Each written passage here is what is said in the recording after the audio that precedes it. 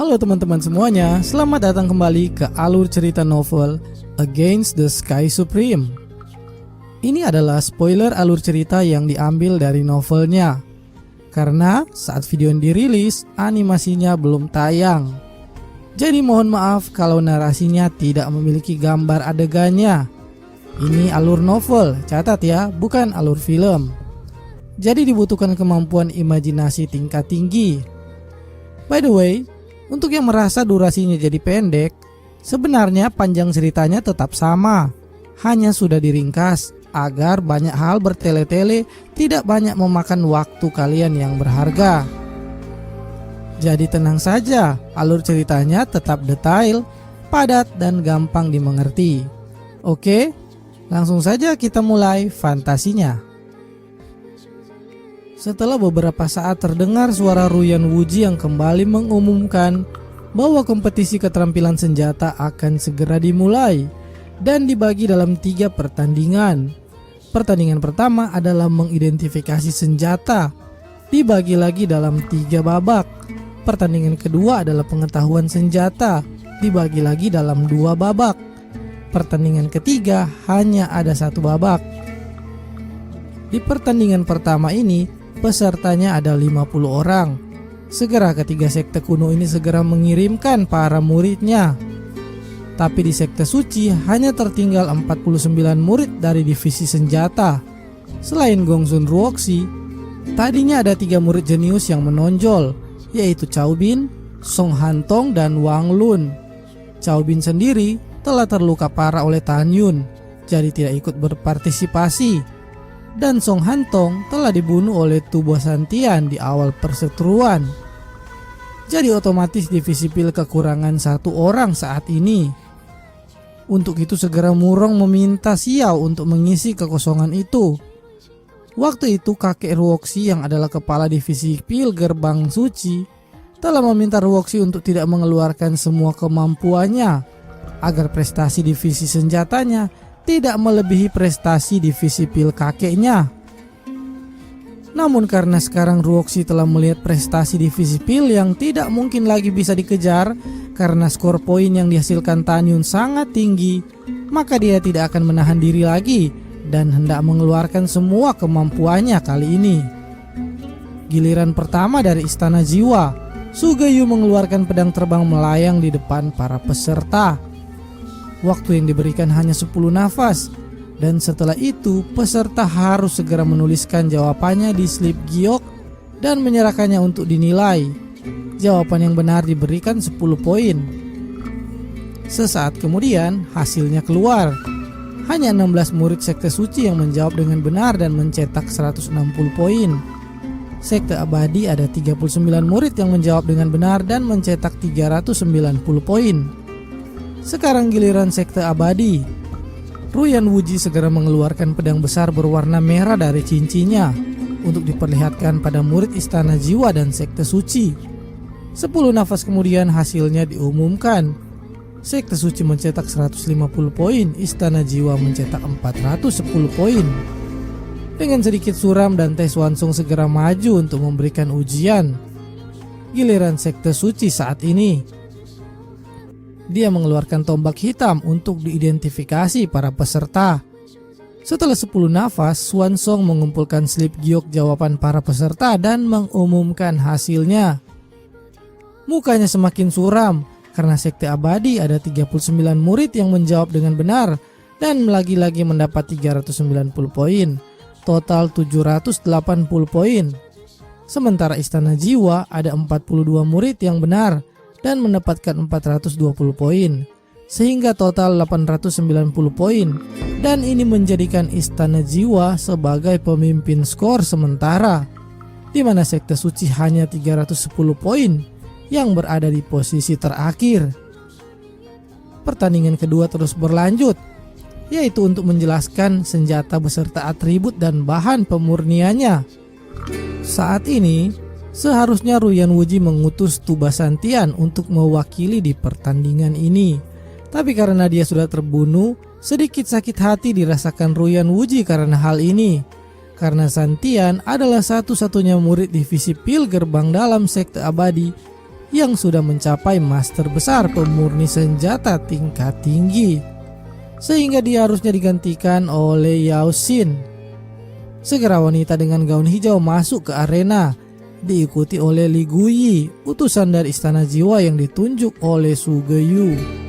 Di tempat lain, Xuanzong segera menatap Murong Sisi dan bertanya apa ada master besar pemurni senjata tingkat menengah di divisi senjatanya. Tapi Murong Sisi dengan malu menjawab bahwa hanya ada master besar pemurni senjata tingkat rendah, yaitu Ruoxi dan Wang Lun. Akhirnya Murong Sisi menunjuk Ruoxi untuk maju. Ruoxi yang dengan yakin memiliki keahlian yang setara dengan Yao Xin dan Li Guyi sangat percaya diri maju ke depan. Dia ingin mengejutkan Murong Sisi yang belum tahu bahwa sebenarnya Ruoxi sudah menjadi master besar pemurni senjata tingkat menengah. Murong Sisi menaruh harapan besar pada Ruoxi, tapi di dalam hatinya dia tahu bahwa jika Tan Yun yang maju di pertandingan ini, pasti hasilnya tidak akan buruk. Tapi dia tidak bisa melakukan itu karena Tan Yun adalah murid divisi Pil. Jika dia mewakili divisi senjata dan sekalipun dia menang, tentu saja Murong tetap akan kehilangan mukanya. Karena jika itu terjadi, maka Shen Subinglah yang akan terus naik mengikuti Tan Yun dan akan semakin disukai Master Sekte. Dan justru Muronglah yang akan menjadi bahan ejekan di Sekte Suci. Ruyan kemudian menjelaskan bahwa 30 ujian pertama akan diberikan oleh Istana Jiwa, 20 ujian akan diberikan oleh Sekte Abadi, dan 10 ujian akan diberikan oleh Sekte Suci. Untuk jawaban yang benar mendapatkan 10 poin, dan jawaban yang salah akan dikurangi 50 poin. Lalu Su Geyu segera mengeluarkan batu hitam seukuran kepalan tangan, dan dengan cepat Gong Sun Ruoxi menjawab, besi Wuchen beratribut air. Murong dan Xuanzong gembira.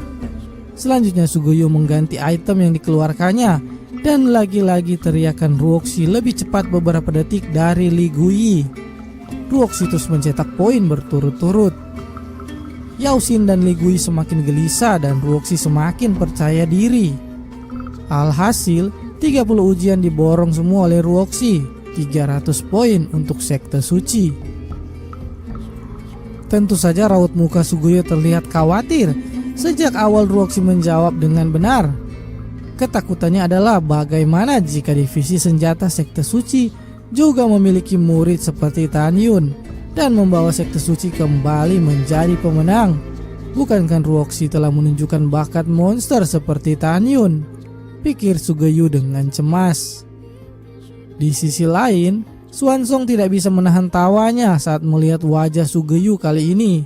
Tidak hanya Su Geyu, bahkan Ruyan Wuji sudah berubah menjadi hijau pucat melihat ini. Tapi dia segera berdiri untuk memberikan 20 soal ujian. Dan hasilnya sama. Ruoxi tetap memborong semua jawaban dengan sangat cepat. Yao Xin mulai gemetar dengan wajah yang pucat karena tidak percaya. Ia tidak bisa mencuri 1 poin pun dari Ruoxi. Li Guyi yang juga menyadari ini menerima tekanan mental dan pukulan berat pada jiwanya sehingga dia memuntahkan darah. Dia adalah murid paling berbakat di divisi Pil Gerbang Dalam Istana Jiwa. Dia bekerja keras sejak kecil karena kecintaannya pada pemurnian senjata. Hari ini semua kerja kerasnya menjadikannya yang terpilih untuk mewakili Istana Jiwa. Dia berpikir akan mendapatkan prestasi gemilang di pertandingan pertama dan kedua ini. Tapi dia ditekan dengan kecepatan master besar pemurni senjata tingkat rendah dari Sekte Suci. Dia merasa lemah dan tak berdaya, seperti ikan yang terdampar di tepi pantai. Su Geyu bukannya prihatin, malah memarahi Li Guyi dan menyindirnya karena hanya bisa memuntahkan darah, bukannya menjawab dengan benar. Su Geyu sangat marah. Di tempat lain, Xuanzong menyanjung Ruoxi dan berharap 10 ujian sisa darinya dapat terus dijawab Ruoxi. Ruoxi mengangguk percaya diri.